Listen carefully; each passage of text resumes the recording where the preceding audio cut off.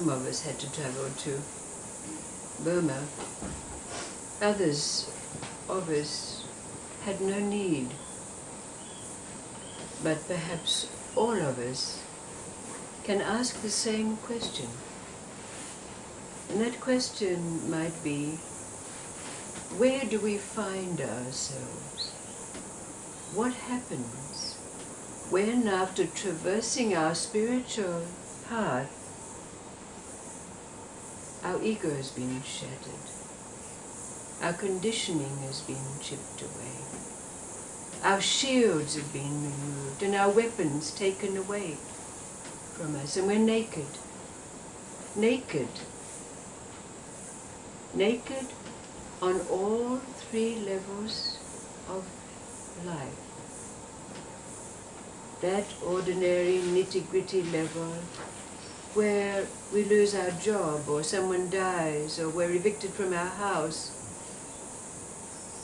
Confusion, being addled, not knowing what to do, where we're going, who are we? And then on that arcane level, where we're bombarded psychically, the angels and demons warring in our head. Nothing to shut them out. No shields, no diversions. And then at that sublime level, where we find ourselves so full of longing and compassion in our relationship and recognition of the interrelatedness of everything, that it hurts. We find ourselves with tears flowing from our eyes, unbidden, because of the pain in our heart, the longing to be able to do something. What happens when at all of these three levels we have a full measure of experience? Tension. Little metaphor was used while we were travelling on the bus in Myanmar, and that was that simple metaphor so very often used of the yeast, the water and the flour when they're brought together and they become dough. And we know that there must be a tremendous amount of tension, chemistry that goes on to bring about that coalescing of those three for it to become that dough that is the bread in the making.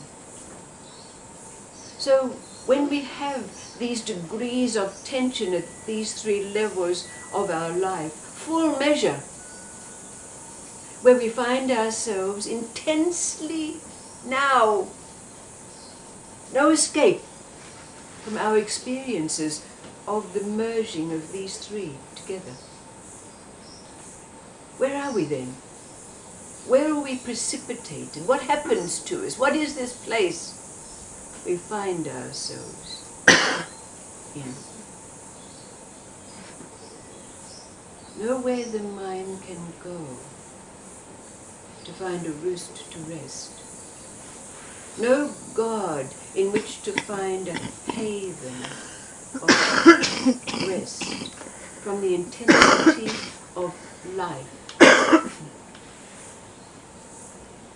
There's an old story, and perhaps it might give us a clue or a gleaning of the answer to this question. It's the story about a Tibetan teacher. His name was Doma, and he lived in a cave at the top of the mountains in Tibet. Unlike the other teachers of the day, who had their monasteries, which we know are dotted around that wonderful country. And Doma was unlike the other teachers, because rather than test them, make them go through trials and tribulations to find out their worthiness as to becoming their students. Doma never refused anyone. He never said no. He always believed that people could learn as much as they could learn. And he knew that when they came and they'd had their full, that they would leave, naturally. And you know, Doma loved living in his cave at the top of the mountains, because there he felt his own insignificance. And yet at the same time, his great significance. Because his insignificance was to feel so small in this vastness. And yet his significance to experience that everything was occurring within him. He lived with this every moment of every day. But you know, like there are pirates on the oceans, there were many bandits, thieves, some good and some bad, which filled the mountains of Tibet. Or one would say who. And one day, after Doma had been on a little pilgrimage, he was traversing a narrow path in the mountains when he felt the presence of bandits. And he kept his pace along the path. In fact, he was whistling, as was his bent, but was intensely aware of the danger that lay. And he realized that these brigands were following him. But he went along his way whistling until they accosted him. They stopped him on the road. They were sneering at him, really, saying, "Look at this mendicant. He has nothing that we can steal. Doesn't even have any food we can take from him." And Doma said, "Well, I don't have any food, but I can teach you what the plants are on the sides of the road that would provide a very adequate repast for us." "Ha!" they said, "we'll just steal whatever we want." Then one bandit said to the other, "Well, we might as well kill him." Doma said, "Well, what would you do to me? What would you do with me if you killed me? What purpose would that be?" Anyway, one of the brigands said, "We know who you are." And Doma said, "Well, in that case, you always know where to find me, don't you?" And he went striding off down the road. Well, Doma came back to his cave, and there his students and followers were waiting for him and greeted him and served him buttered tea. But several months later, Doma, sitting having his usual cup of morning buttered tea, saw a man coming up the path, and he recognized him immediately as one of the bandits who had accosted him on the road some time ago. The bandit strode up to Doma and said, "I'm here to stay." Doma said, "Go. Go and learn respect." The bandit was taken aback, because he'd heard that Doma refused no one. He said no to no one.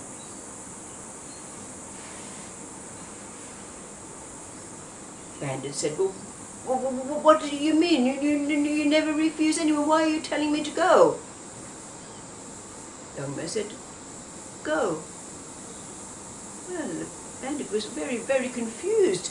this information that he'd had about Doma, that he never refused anyone, and now he was being rejected.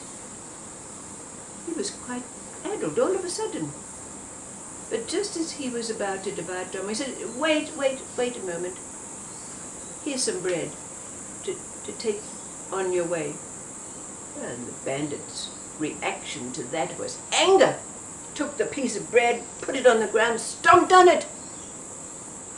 Doma said, why are you stomping on so many people? What do you mean, people? I don't see any people, said the bandit. Why, said Doma, look at the miller, look at the grinder, look at the one who made the bread. This came from a seed.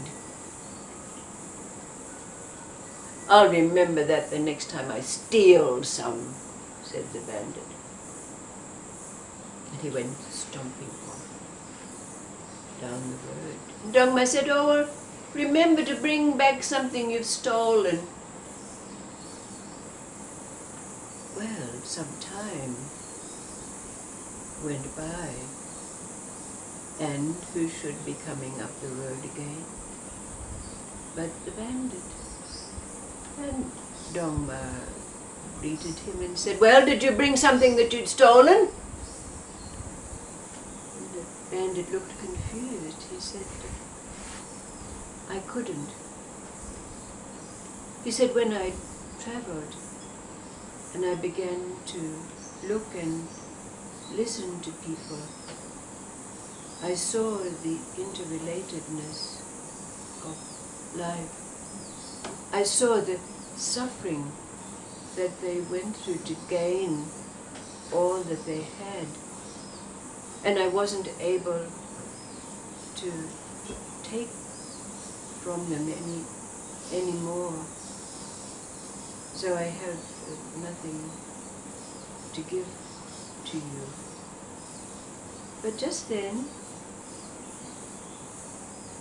the bandit and Doma were served some buttered tea by the young lad in an urn that was almost as big as himself, and for an instant the bandit was distracted because the young boy looked familiar.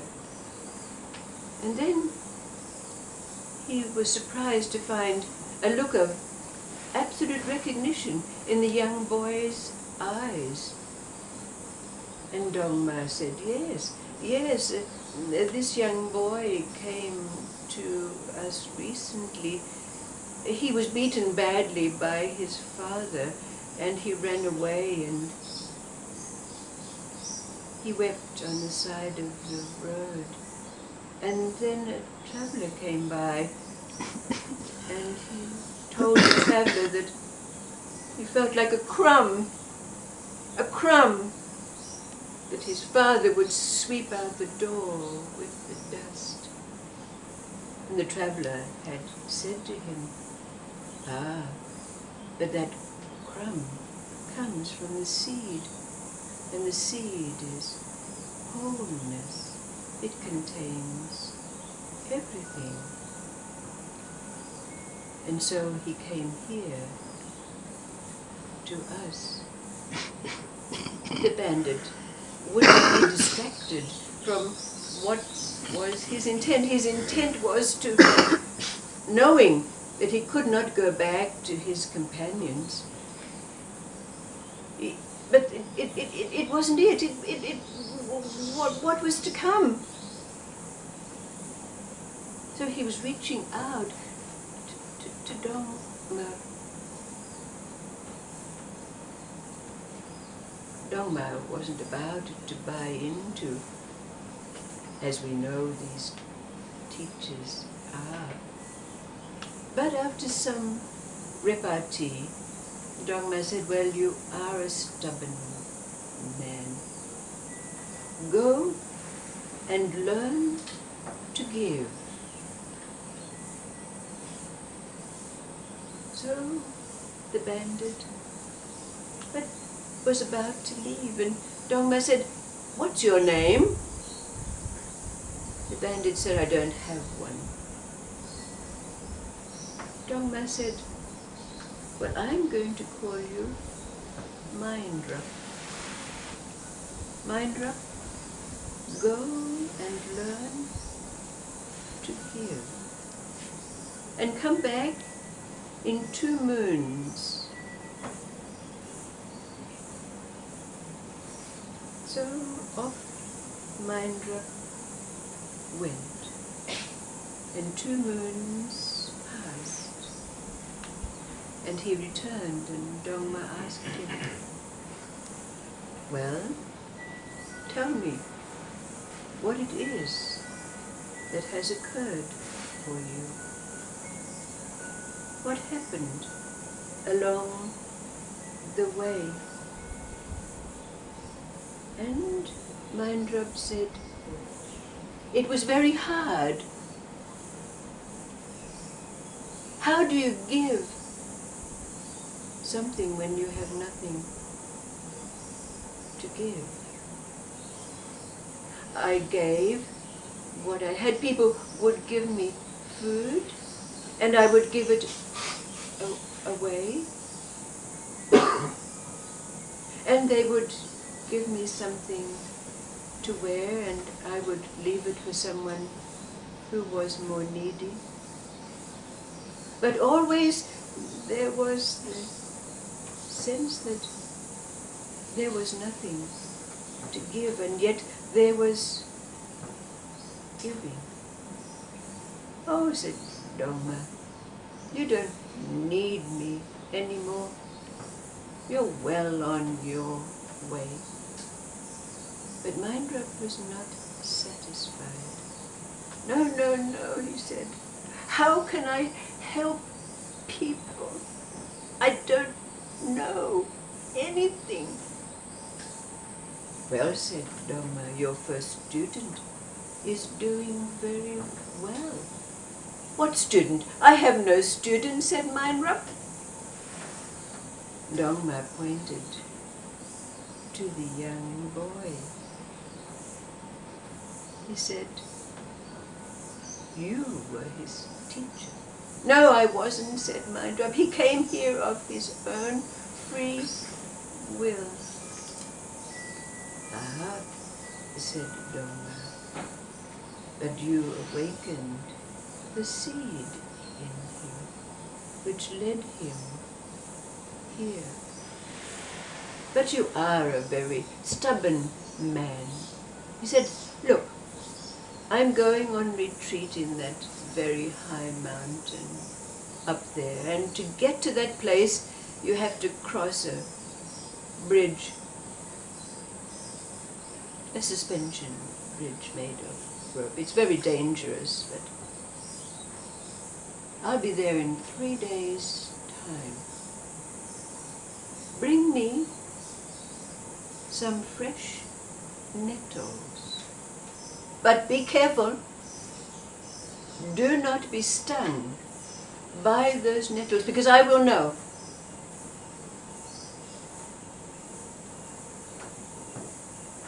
So Doma left on his pilgrimage up the mountain, leaving Mindra to ponder. Nettles. Well, he has given me all of this buttered tea, and I don't have anything to give him. And nettles do make good tea. So Mindra set himself the task.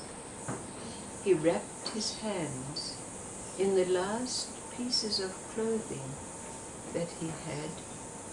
He went to a little patch of nettles that he had seen along the way, and carefully picking them and taking the stems so that there was somewhere for him to hold, he set out. All he had in his mind was taking these nettles to the master, Doma, He didn't even see the path.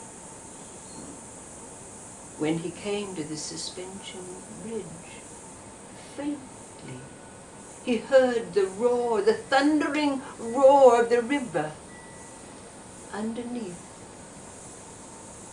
But when he trod on the bridge, even though the bridge swung from side to side, and he could have fallen to his death at any moment, his concentration on the nettles was so complete and utter that he reached the other side without hardly even recognizing that there had been a waver, a swing, a movement in the bridge. And then he approached where Doma sat with that perpetual cup of buttered tea in his lap. Doma called to him, "Oh, Mindrup, how was the journey?" But Mindrup wasn't to be distracted until he finally bought the bunch of nettles and laid them at the feet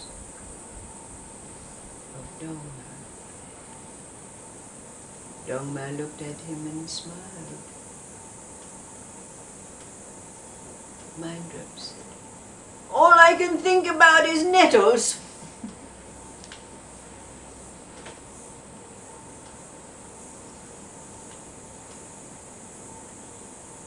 Believe this little story incomplete according to the story, because we have our own awareness, our own realization. Maybe you, like me, can relate to this. This nitty-gritty level of life, being the bandit, the thief, wanting from life, begging whoever it was that came into our aegis.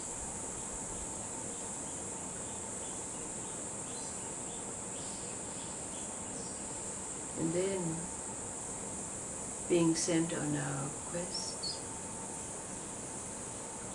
learn and respect. Perhaps we'd give it another name. I would. And then that pain that we all feel, longing, compassion, but pain, loneliness, we have many names for it. But now they're gone. And all I can think of is